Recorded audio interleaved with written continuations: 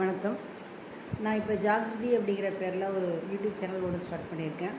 இதனுடைய முக்கிய நோக்கம் என்ன அப்படின்னு பார்த்தீங்கன்னா, சனாதன தர்மத்தினை பற்றின ஒரு சரியான புரிதலை சமுதாயத்தில் ஏற்படுத்துறதுக்கும், இன்றைக்கி நம்ம இப்போ சந்திச்சுட்டு இருக்கிற நிறைய பல சமுதாய சிக்கல்களுக்கு மூல காரணம் என்ன, அதில் சனாதனத்தில் என்ன தீர்வு இருக்குது, அப்போ அந்த சனாதன தர்மத்தினுடைய கொள்கையை விட்டு வெளியே வந்ததுனால நம்ம ஃபேஸ் பண்ணிட்டு இருக்கிற பிரச்சனைகள்லாம் என்ன, அதை நம்ம எப்படி கையாளணும் அப்படிங்கிற நிறைய பல விஷயங்களை இந்த வீடியோ பதிவு மூலமாக உங்களோட நான் பகிர்ந்துக்கலான்னு இருக்கேன். இது என்னுடைய முதல் இந்த ஜாகிரதி அப்படிங்கிற சேனலுடைய முதல் வீடியோ பதிவு. இது ஒரு விழிப்புணர்வு பதிவு தான். இது கொஞ்சம் லெந்தியாக தான் இருக்கும், ஆனால் அதை கொஞ்சம் நீங்கள் பொறுமையாக பாருங்கள். இது என்னுடைய ஒரு தாழ்மையான ஒரு வேண்டுகோள். இப்போ நீங்களாம் யோசிச்சுருக்கீங்களா? இன்றைக்கெல்லாம் பார்த்தீங்கன்னா எவ்வளவு முதியோர் இல்லங்கள், எல்டர்ஸ்க்கான அந்த அப்பார்ட்மெண்ட்ஸு, ஹாஸ்பிட்டல்ஸ், கணக்கில் இல்லாத ஹாஸ்பிட்டல், செயற்கை கருத்தரிப்பு மையங்கள், ஜொமேட்டோ, ஸ்விக்கி, நிறைய ரெஸ்டாரண்ட்ஸ், ஹோட்டல்ஸ் அப்படின்னு பார்த்தீங்கன்னா கணக்கு இல்லாமல் பெருகிக்கிட்டே போகுது. என்றைக்குமே இல்லாத அளவுக்கு அது இன்க்ரீஸ் ஆகிட்டே போகுது. அதனால் நல்ல வியாபாரம் நடக்குது, பிஸ்னஸ் டெவலப் ஆகுது அப்படிங்கிறது ஒரு பக்கம் இருந்தாலும், இதுக்கான மூல காரணம் என்ன அப்படின்னு நம்மளாம் என்றைக்காவது யோசிச்சுருக்கோமா? இதுக்கெல்லாம் பெரிய முக்கிய காரணம் என்ன அப்படின்னு பார்த்தீங்கன்னா, பெண்களுக்கான ஒரு சரியான மரியாதை, கௌரவம், அங்கீகாரம் கொடுக்கப்படாமல் அவங்களுக்கான பண உரிமையை மறுக்கிறது, சில பல கணவன்மார்களின் பொறுப்பற்ற தன்மை, ஆண்களின் எஸ்கேபிசம் மென்டாலிட்டி இப்படின்னு சொல்லிட்டு நம்ம நிறைய விஷயங்களை நம்ம இதுக்காக சொல்லிகிட்டே போகலாம். இதுக்காக நம்ம ஆண்களை குறை சொல்கிறதுக்காக இந்த வீடியோவை நம்ம ஏற்படுத்தலை. ஒரு சரியான புரிதலுக்கு நம்ம வரணும் அப்படிங்கிறதுக்காக தான் இந்த வீடியோ பதிவை நான் உங்களோட ஷேர் பண்ணிக்கிட்டு இருக்கேன். இன்றைக்கி தமிழக அரசு பார்த்திங்கன்னா தமிழர் மரபு அப்படின்னு சொல்லி மார்த்தடிக்கிறாங்க. தமிழர் மரபில் ஒரு விஷயம், பழக்கத்தில் இருந்த விஷயம் என்னன்னு கேட்டிங்கன்னா, மாப்பிள்ளை வீட்டுக்காரங்க தான் பொண்ணு வீட்டுக்கு வரதட்சணையை கொடுத்து அவங்க அந்த பெண்ணை வீட்டுக்கு கூட்டு போகிறதா வரலாற்று குறிப்புகள்லாம் சொல்லுது. இது எப்படின்னு கேட்டிங்களா, அப்படிங்கிற வார்த்தை பார்த்திங்கன்னா அது ஒரு ஹிந்தி சொல். அப்படின்னு சொன்னால் அது மணமகனை குறிக்கும். வது அப்படின்னு சொன்னால் அது மணமகளை குறிக்கும். அந்த காலத்தில் பெண்கள் வீட்டில் இருக்கும்போது பார்த்திங்கன்னா அவங்க வீட்டில் நிறைய பல வேலைகளையெல்லாம் செஞ்சுட்டு போகும்போது, அவங்கள ஒரு கல்யாணம் பண்ணி எடுத்துகிட்டு போகும்போது அவங்க வீட்டுக்கு கொடுத்துட்ருக்கிற அந்த உழைப்பு, அந்த உதவியெல்லாம் தடைப்படுறதுனால அவங்களுக்கு ஒரு சன்மானமாக பல தொகையை கொடுத்து மாப்பிள்ளை வீட்டார் அவளை பெண் வீட்டுக்கு கூட்டிகிட்டு போகிறதா ஒரு ஐதீகம் இருந்திருக்கு. இன்றைக்கி அந்த மாதிரி மாப்பிள்ளை வீட்டார்கள் வரதட்சணை கொடுத்து பெண்ணை வீட்டுக்கு கூட்டிகிட்டு போகிறாங்களா, அதுக்காக அந்த முறை கரெக்ட் அப்படின்லாம் சொல்ல வரல.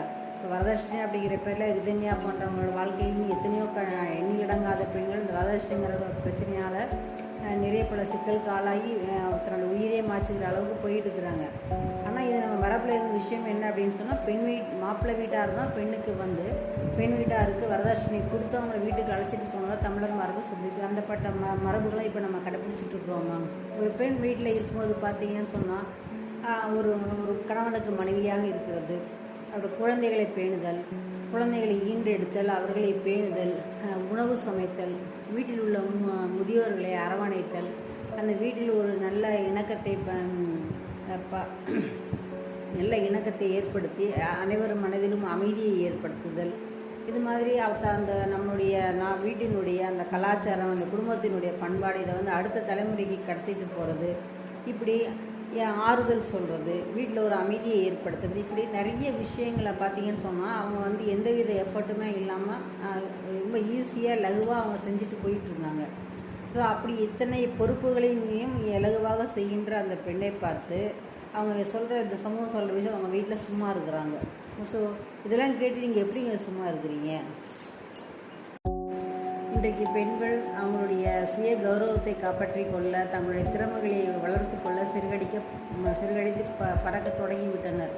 இப்போ அதனால் என்ன ஆயிருக்கு அப்படின்னா, பெண்கள் அவங்க வீட்டில் செஞ்சுட்டு இருந்த இந்த அத்தனை பணிகளையும் இப்போ நம்ம அந்த சர்வீஸ் எல்லாம் வாங்குறதுக்கு வெளியில் ஏதாவது பணத்தை கொடுத்து இப்போ அந்த சர்வீஸ் எல்லாம் வாங்கிக்கிற ஒரு கட்டாயத்துக்கு நம்ம ஆளாயிருக்கிறோம்.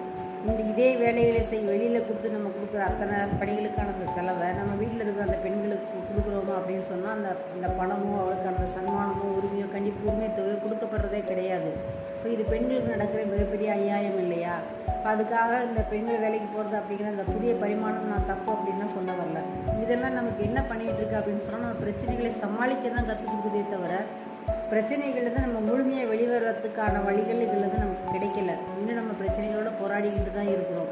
இதுக்கெல்லாம் என்ன காரணம் அப்படின்னு பார்த்தீங்கன்னா, இந்த மேற்கத்திய கொள்கைகளை வந்து டவுன்லோட் பண்ணி யூஸ் அண்ட் த்ரோ பாட்டில் மாதிரி இந்த சனாதன கொள்கைகளை நம்ம தூக்கி எறிந்தனுடைய விளைவு தான் இன்றைக்கி கூட்டு குடும்ப அமைப்புகள் அப்படிங்கிறதே சிதைஞ்சு போயிருக்கு. அது மாத்திரம் இல்லாமல் இன்றைக்கி மக்கள் பார்த்திங்கன்னா அவங்களுக்கு பேசுகிறதுக்கு பழகிறதுக்கு துணைக்கு ஆள் இல்லாமல் எல்லாருமே இன்றைக்கி சோஷியல் மீடியாவுக்கு அதிகமாக அடிமையாகிற ஒரு கட்டாயத்துக்கு நம்மலாம் தள்ளப்பட்டிருக்கோம். அப்போ இதெல்லாம் வந்து ஒரு சரியான ஒரு இடத்தை நோக்கி இந்த சமுதாயம் போயிட்டுருக்கா அப்படின்னு நம்ம தான் யோசிக்கணும். அதுக்காக சோஷியல் மீடியா தப்பு, டெக்னாலஜிலாம் வேண்டாம் அப்படின்னு நான் சொல்ல வரல. நம்ம இன்றைக்கி அதிகப்படியாக அதை நம்பியே வாழ்க்கை வாழ்கிற ஒரு கட்டாயத்துக்கு இன்றைக்கி தள்ளப்பட்டிருக்கிறோம். மனிதர்களுடைய நம்முடைய உறவாடல் அப்படிங்கிறது குறைஞ்சிக்கிட்டே வருது. இது வந்து மிகப்பெரிய மன அழுத்தத்தையும் ஏற்படுத்துது. ஸோ இதுக்கு முக்கியமான காரணம் அப்படின்னா இந்த திண்ணை வீடுகள் காணாமல் போனது, இந்த கூட்டு குடும்ப அமைப்புகள் சிதைந்து போனது, இது மிகப்பெரிய காரணம் அப்படின்னு நான் நம்புகிறேன். இனி வரும் காலங்களில் பார்த்திங்கன்னா பெண்களுடைய திறமைகளையும் ஊக்குவித்து அவர்களுக்கான சரியான கௌரவம் அங்கீகாரத்தை கொடுத்து வைத்திருந்தால் மட்டுமே வந்து வீட்டில் நாட்டில் அமைதி நிலவும். அப்படி இல்லையே நான் இன்றைக்கி வந்து பெண்கள் திருமணம் சிந்திக்கவே பயப்படுறாங்க. அவங்களுடைய அந்த திருமணத்தை பற்றின அந்த பயத்தினால அவங்களுடைய வாழ்க்கையை பற்ற புரிதலும் மாறி போயிருக்கு, கண்ணோட்டமும் வேறு திசைக்கு போய்கிட்டு இருக்கு.